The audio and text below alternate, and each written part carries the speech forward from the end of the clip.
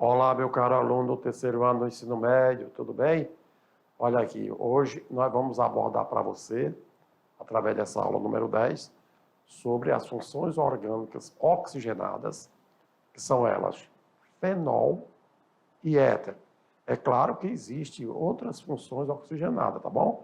Mas nessa aula nós vamos abordar principalmente fenol e éter. Olha aí, liga na tela aí, tá bom? Olha só.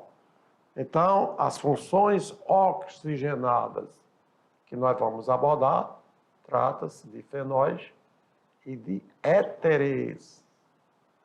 No fenol, a gente vai conhecer a estrutura dos fenóis e também a nomenclatura dos fenóis. E no éter, nós vamos conhecer o que significa os compostos oxigenados éter e a sua nomenclatura. Por quê?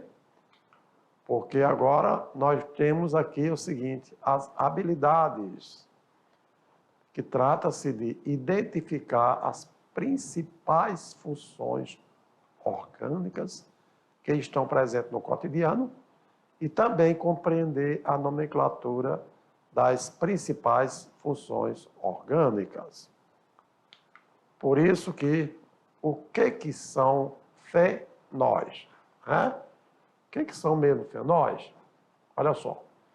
Fenóis são compostos orgânicos que podem ser considerados derivados de hidrocarbonetos aromáticos pela substituição de um ou mais átomos de hidrogênio de um núcleo benzeno por igual número de hidroxila, né? Vocês sabem que o benzeno é exatamente aquela substância, né, que tem o núcleo, esse núcleo que a gente chama de benzeno é o que caracteriza as substâncias chamadas substâncias aromáticas, né?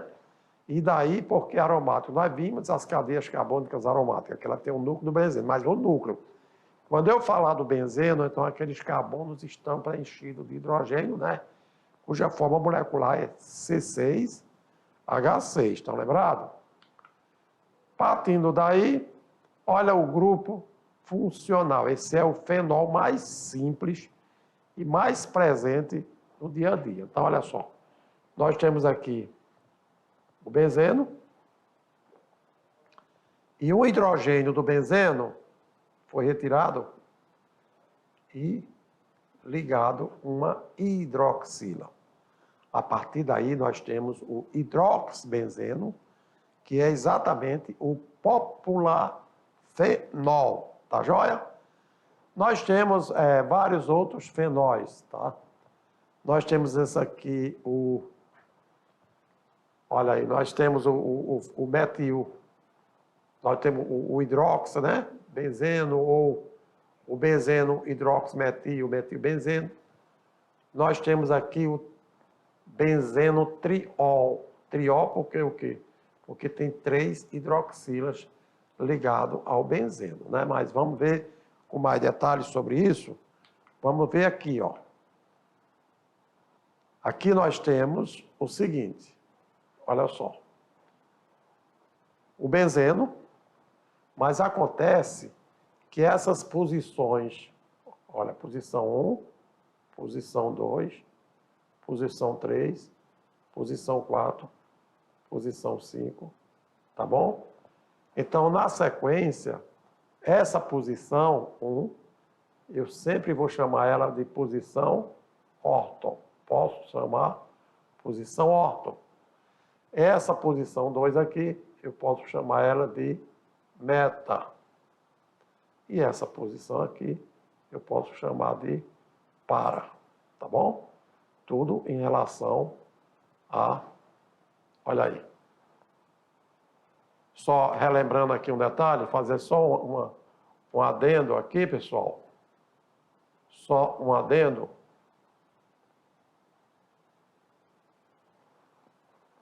Agora, considerando novamente, o carbono 1 é esse carbono aqui.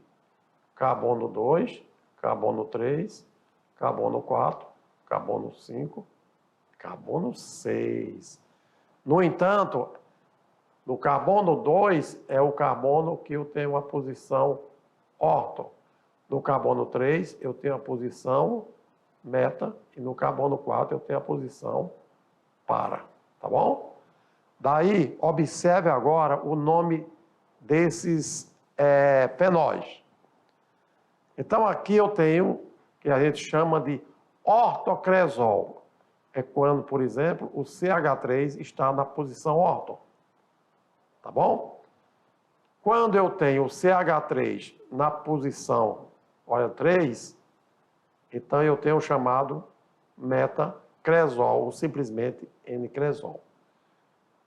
E quando eu tenho o CH3 ligado aqui no quarto carbono do grupo benzeno, aí eu chamo isso de paracresol, isto é, ortocresol, o CH3 no carbono 2.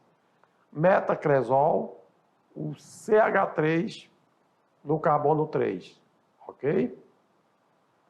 E o paracresol, o CH3 no carbono 4.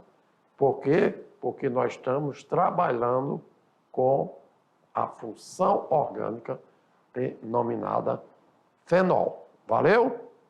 Só para vocês ilustrar que aqui, olha só, não é um álcool. Por que não é um álcool? Porque o carbono onde a hidroxila está ligada não é um carbono saturado. Não é um carbono que só tem ligação simples. Ele tem dupla ligação. Portanto, ao invés de um álcool, a gente passa a chamar isso de fenol. E esse aqui, conforme o que eu falei, ó, então, são 3 hidroxilas no carbono 1, 2 e 4.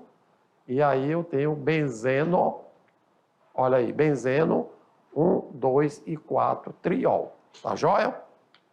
Partindo ainda agora para a gente conhecer as características dos fenóis, abordaremos que os fenóis possuem um cheiro muito forte, muito característico, né? Portanto, não se deve estar respirando ou abrindo o recipiente que tem a fenol, porque ele pode prejudicar a nossa saúde, né? Eles são tóxicos, são corrosivos e podem causar também queimaduras.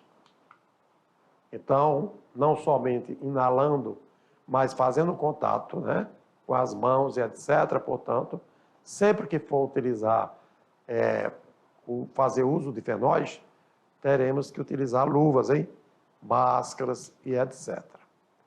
E alguns fenóis, eles possuem também algumas propriedades bactericidas, quer dizer, que ajudam a combater bactérias, e fungicidas, porque ajudam a combater fungos. E na sequência, olha só, os fenóis, eles são visualmente incolores, são pouco solúveis na água, quer dizer, não se mistura bem com a água, mas em algumas bases eles podem se solubilizar, tá certo? Aqui nós temos o fenol propriamente dito, que é nada mais nem nada menos do que o hidroxibenzeno, tá bom?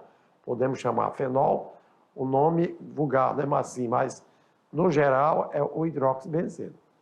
E por que que esse outro composto aqui, ele não é um fenol?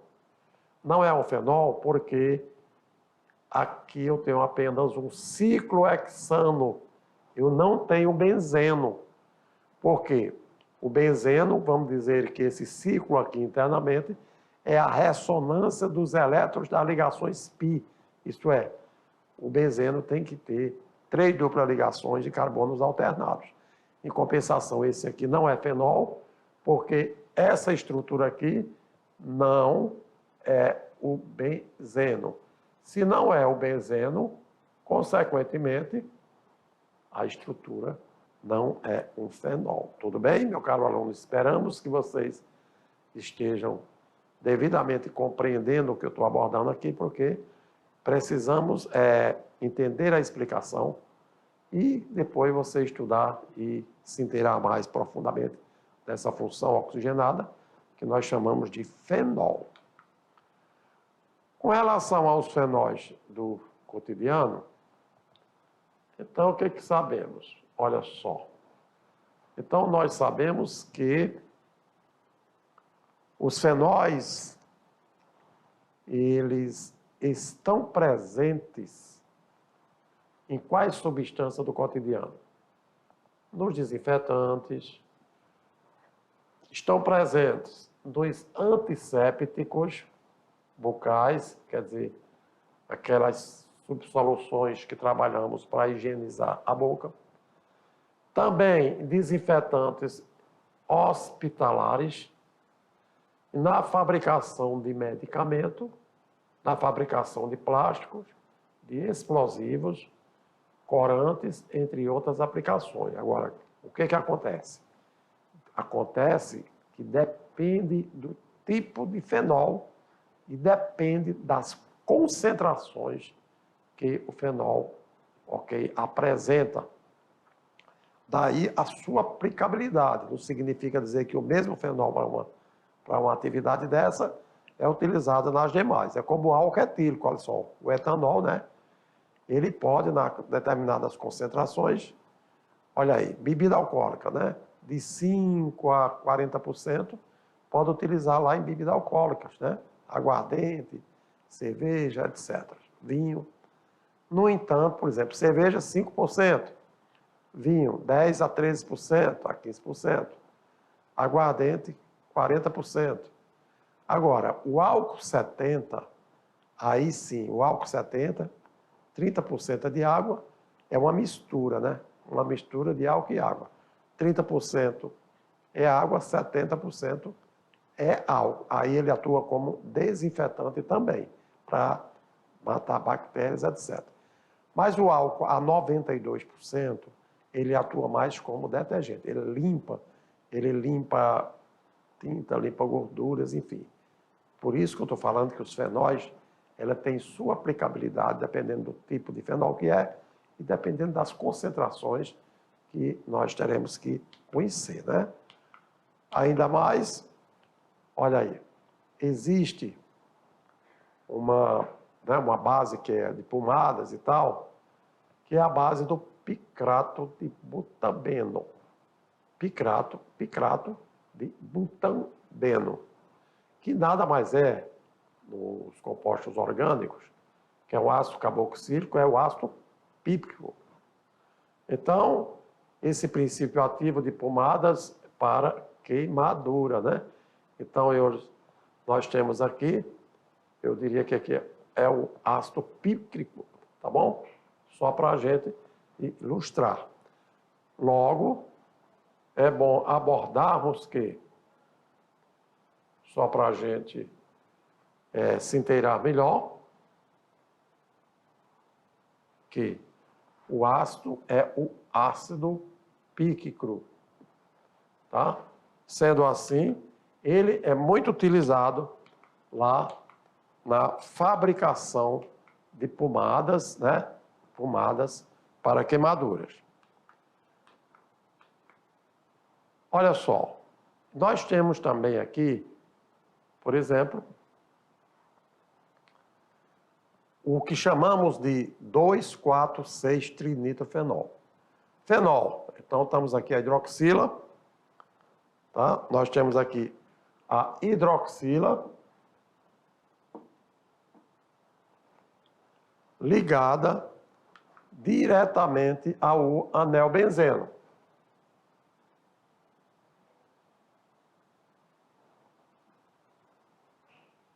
Diretamente ligada ao anel benzeno. E sendo assim, vocês verem que no carbono 2, no carbono 4 e no carbono 6, eu tenho NO2, que é o, olha aí, dióxido de nitrogênio, que a gente chama de nitro, né? Então, qual que é que acontece? O carbono 1 eu tenho a hidroxila, caracterizando o fenol.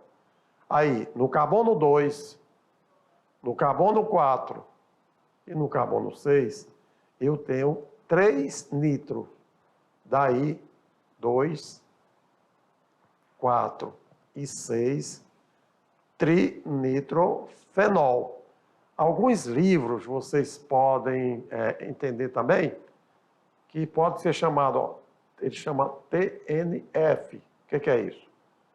Trinitrofenol. Nada mais é, isso aqui é nome comercial, nada mais é do que a estrutura do fenol que você está conhecendo, viu, gente? Então, tem aplicabilidades em todos os segmentos do dia a dia, mas temos que ter cuidado para saber como manusear.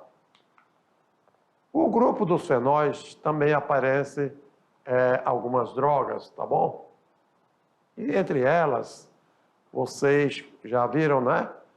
O que é exatamente, olha aí, essa substância que está aqui para vocês é o principal componente ativo da planta cannabis sativa, né? Isto é o principal responsável pelos efeitos da maconha ou da marijuana. E qual é o nome dessa substância? Chama-se THC. Por que THC? THC nada mais é do que tetrahidrocannabinol. E aqui, observe, nós temos aqui o fenol, nós temos aqui também éter, nós vamos observar sobre isso, e é uma estrutura que apresenta funções múltiplas, né? Funções, digamos assim, mais de uma função orgânica no composto. Ele é geralmente o componente principal que está na cannabis sativa, e é ele que é responsável, então, pela apoptose, isto é, ele mata as células nervosas e deixa o cidadão, né, assim, bem, como se fosse tranquilo. Mas é muito prejudicial à saúde, né? Porque, com o passar do tempo, o ser humano vai perdendo memória, esquecendo, e não é recomendado. Por isso que existem outros componentes da cannabis sativa? Existe, claro, mas o THC, que é o tetrahidrocannabinol, é o principal deles. Então, é bom conhecer para não usar, que prejudica com certeza ao nosso organismo. E na sequência ainda, ó, o gengibre. O gengibre é o 6-gingerol. Você já conhece a substância chamada gengibre. Então, o gingerol é uma substância que já foi usada em testes para combater câncer e mostrou um bom resultado, né? Então, se você utiliza um pouquinho de gengibre no cotidiano, mas um pouquinho mesmo, então isso ajuda a digamos assim, inibir a ação de algumas substâncias cancerígenas, né? Então, olha a estrutura dele aí. Tem fenol na sua estrutura? Tem, olha, tá vendo aqui, ó? Tem fenol na sua estrutura. Mas nem sempre a estrutura é somente de compostos fenol, tá bom? Existem outras funções que são chamadas, então, composto de função mista. Além do fenol, nós temos álcool, nós temos éter, que com o passar do tempo vocês vão se inteirar, tá joia? Eu estou só falando da importância da química orgânica, porque a maioria dos alimentos, medicamentos, enfim, e drogas são constituídas de substâncias meramente orgânicas, tá bom? Do ponto de vista de compostos que apresentam átomos de carbono. Daí, nós temos ainda que o eugenol, que é o eugenol, é um fenol encontrado no cravo da Índia. E ele é utilizado como o quê? Como antisséptico bucais, para fazer higienização da boca. E olha a estrutura dele. O que caracteriza, então, o eugenol? Assim como o gingerol, nós temos também o eugenol. Só exemplificando para vocês, meu caro aluno, a presença das funções orgânicas que conhecemos como fenol, ou seja, aquela que tem uma hidroxila ligada diretamente ao carbono do anel benzeno, tá certo? Não confundir com álcool, hein?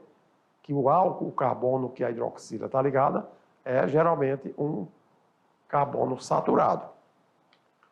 E ainda mais, para você entender melhor sobre fenol, vamos aprender como dar o nome de alguns fenóis. Inclusive, eu citei uns exemplos, né, com nomes e tal, mas vamos ver isso com mais detalhe.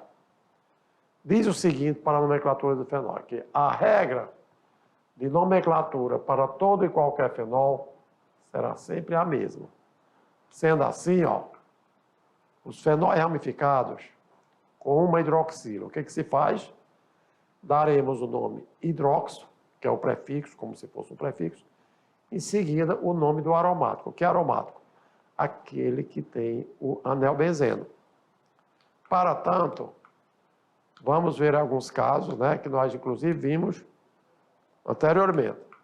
Eu mostrei para vocês que o carbono onde está a hidroxila é o carbono 1. Em seguida, carbono 2, carbono 3, carbono 4, carbono 5, carbono 6. Para isso, primeiro o nome oficial. Então, vamos lá, então. Eu posso ler aqui, ó, 2-metil. Por que 2-metil? Aqui, ó, eu tenho CH3, que é o radical metil. Então, está no carbono 2-metil, hidroxibenzeno, tá bom? Ou ainda eu posso ler 1-hidroxi-2-metilbenzeno, porque exatamente a hidroxila está no carbono 1, o metil no carbono 2. Então, se eu não quiser ler 1-hidroxi, eu leio apenas 2-metil hidroxibenzeno. Eu já passo do hidroxi direto para benzeno. E se eu for ler o carbono que está a hidroxila, aí eu leio 1-hidroxi, depois o radical 2-metil, benzeno, tá joia? Mas se você quiser tirar a numeração do carbono que está a hidroxila, então você lê 2-metil hidroxibenzeno, que subentendemos que ali está naquele carbono. E aí, na sequência, olha aqui, ó, nós temos outros exemplos, né, muito comuns para a gente comparar e fazer você entender. Nesse segundo exemplo, olha aqui, ó, o radical metil está onde? No carbono 3. Então, 3-hidroxibenzeno, ou ainda 1-hidroxi, 3-metilbenzeno. Quando o CH3 está na posição 4, aí nós dizemos que temos lá 4-metil-hidroxibenzeno ou 1-hidroximetilbenzeno. Com relação a aqueles que vocês viram lá, né? Nós temos aqui o nome vulgar CH3 e a hidroxila. Lá do exemplo, chamou isso aqui, o nome comercial de ortocresol, não é isso? O segundo, metacresol, e o terceiro, paracresol, porque o CH3 estando, dependendo no carbono 2, no carbono 3 ou no carbono 4, existe o nome comercial, que é o nome vulgar ou usual. Nessa nomenclatura que eu estou abordando aqui, é o nome oficial, viu, gente? Esse é o nome que a IUPAC, União Internacional de Química Pura e Aplicada, estabelece como verdadeira. É como, digamos, aqui no Brasil, eu leio ácido muriático, mas o nome de ácido muriático, o nome oficial é ácido clorídrico. Essa nomenclatura desse slide é a oficial. Aquela do ortocresol, paracresol, metacresol, ali são nomes vulgares, para vocês não confundirem, porque nós temos que trabalhar com a nomenclatura de IUPAC, que é a nomenclatura oficial, né? Quando eu pego fenóis com 2 ou mais grupos de hidroxilas, como é que eu vou fazer para dar o nome? Então, eu dou o nome do hidrocarboneto aromático, seguido do prefixo da quantidade e ol no final. O que é isso? Eu estou falando da quantidade de hidroxila, né? Então, olha aqui alguns exemplos para a gente trabalhar, tá? Só para comparar aqui com vocês, olha aí, ó. Eu tenho benzeno, e no carbono 1 e no carbono 3, eu tenho hidroxila. Então, como tem 2 hidroxilas, eu chamarei isso de benzeno 1,3. 3-diol. Quer dizer, ol, porque eu estou trabalhando com fenol. Di, porque eu tenho 2 hidroxilas. Aqui agora, então, se eu tenho aqui, por exemplo, aqui é o carbono 3, aqui é o carbono 4, né? Então, daí por quê? Benzeno é tudo isso aqui, 1 hidroxila, 4 outra hidroxila, por isso que a gente chama 1,4-diol. No terceiro exemplo, olha só, eu tenho agora 3 hidroxilas, tá bom? Então, aí eu posso ler 1, 2, 3, o quê? Triol. Benzeno, 1, 2, 3, triol, só para a gente amadurecer, tá bom? Nada melhor agora do que fazer um aprender fazendo, porque através dos exercícios, através de você fazer, raciocinar e, vamos dizer assim, resolver um exercício, você aprende bem mais, né? Já que você sabe o que é fenol, já sabe a nomenclatura do fenol, vamos aqui abordar esses exemplos. Lembrando que nós temos outras funções, né? E aí diz o seguinte: os compostos a seguir apresentam, respectivamente, as funções orgânicas. Então, nós temos 3 exemplos de substâncias, todas elas que apresentam hidroxilas, né? No entanto, olha aí, os compostos a seguir apresentam, respectivamente, que funções? Vamos ver a função do composto 1, a função do composto 2 e a função do composto 3. Letra A, será que é álcool, álcool e álcool? Todos os 3 são álcool? Letra B, será que é álcool, fenol e álcool? Será que é a letra C, álcool, fenol e fenol? Letra D, fenol, álcool e álcool? Ou letra E, fenol, álcool e fenol? Portanto, se você assinalou a letra E, mais do que correto. Você está vendo aqui, ó, a hidroxila ligado ao anel benzeno. Então, aqui eu tenho o quê? Eu tenho o fenol. E, nesse segundo composto, a hidroxila está ligado não ao anel benzeno, mas é um cicloalcano, digamos assim. Então, a hidroxila está ligado a um carbono saturado, um carbono que não tem dupla ligação, então aí caracteriza o álcool, né? E o terceiro composto, olha aqui, nós temos também um benzeno, no qual a hidroxila está diretamente ligada. Portanto, aqui nós temos agora o fenol, o álcool e um fenol, para que a gente possa amadurecer, né, gente? Eu falei no início da aula, não vamos confundir álcool com fenol, porque o álcool, a hidroxila está ligada no carbono, que só tem ligações simples, no carbono saturado. E o fenol, a hidroxila está ligada diretamente ao anel benzeno. Partindo agora para os éteres, que é outra função que também tem oxigênio no composto, sabemos que os éteres são compostos que apresentam um átomo de oxigênio ligado, olha só, entre 2 átomos de carbono. Então, esse oxigênio, nós chamamos ele de heteroátomo. Por que heteroátomo? Porque é um átomo diferente do carbono que está entre os carbonos. Então, heteroátomo. Você lembra lá das cadeias carbônicas que a gente tinha cadeia homogênea, cadeia que só tinha carbono, mas quando chegava numa cadeia que tivesse oxigênio, por exemplo, entre um carbono e outro, a cadeia era heterogênea. Daí, então agora, estamos aqui diante do heteroátomo, tá? O grupo funcional dos éteres é exatamente isso aqui, ó. Radical aqui pode ser o metil, o etil, o propil, enfim, afinal de contas, caracterizando a presença de carbono, tanto no radical como no outro. E o oxigênio ligado entre os 2 radicais, isto é, entre 2 átomos de carbono.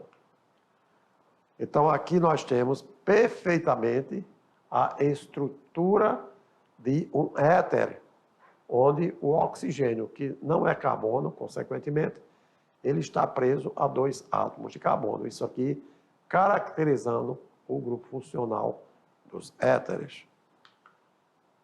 Com relação, você quer saber, mas professor, onde é que a gente encontra éter no dia a dia? Como é que a gente identifica e tal. Então, de cuidado, porque os éteres têm propriedades físicas muito importantes a ser observadas.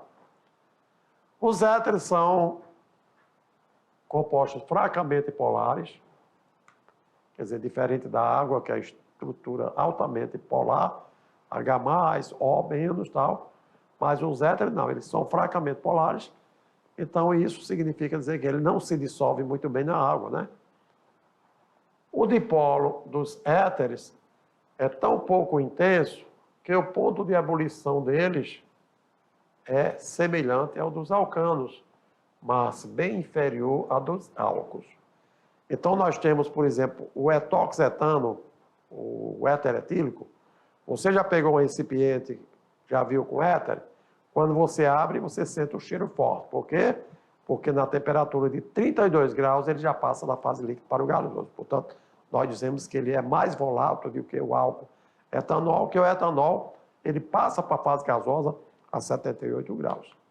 Sendo assim, os éteres líquidos, propriamente dito, eles são incolores. Eles apresentam cheiro agradável e, por causa da boa volatilidade, quer dizer, a facilidade que ele tem de passar para a fase gasosa, eles são bons solventes para substâncias orgânicas, menos para a água. Os éteres não são solvente apropriado para a água, viu, meu caro aluno?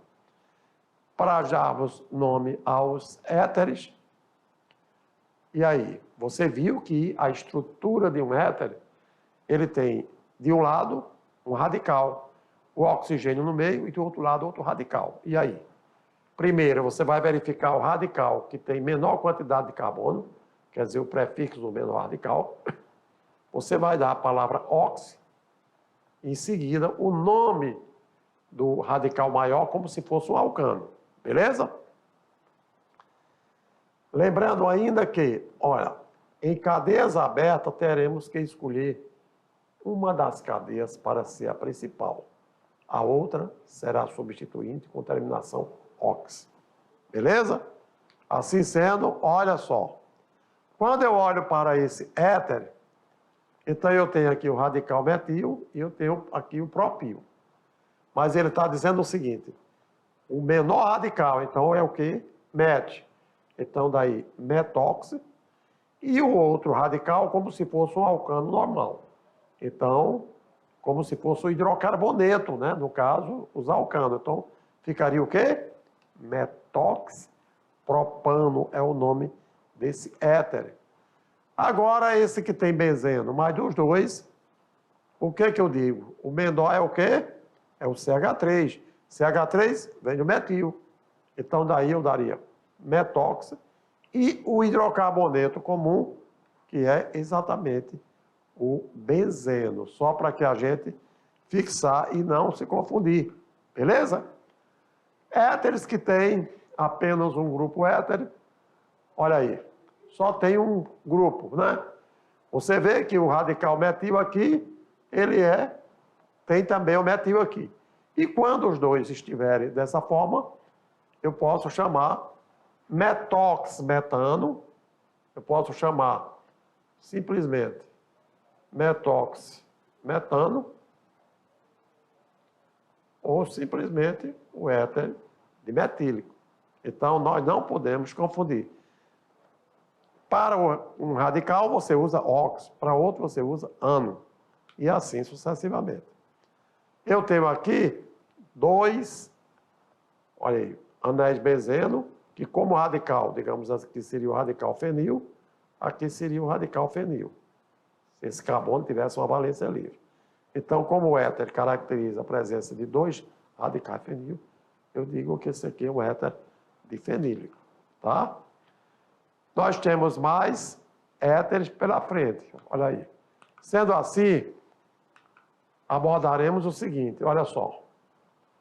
A cadeia carbônica nada mais é, olha aí. Nós temos aqui, ó, metil, tá bom? E aqui o oxigênio preso ao segundo carbono. Então, o segundo carbono, daí, número 2. Portanto, o nome dele é metóxido 2-metóxipropano. Por que 2? Porque o oxigênio do éter está ligado no segundo carbono do propano. Aqui eu tenho agora, olha só, um ciclopentano, e eu tenho aqui, ó, 2 carbonos representados dessa forma. Então, partindo do menor radical, eu digo que o nome desse composto é o quê?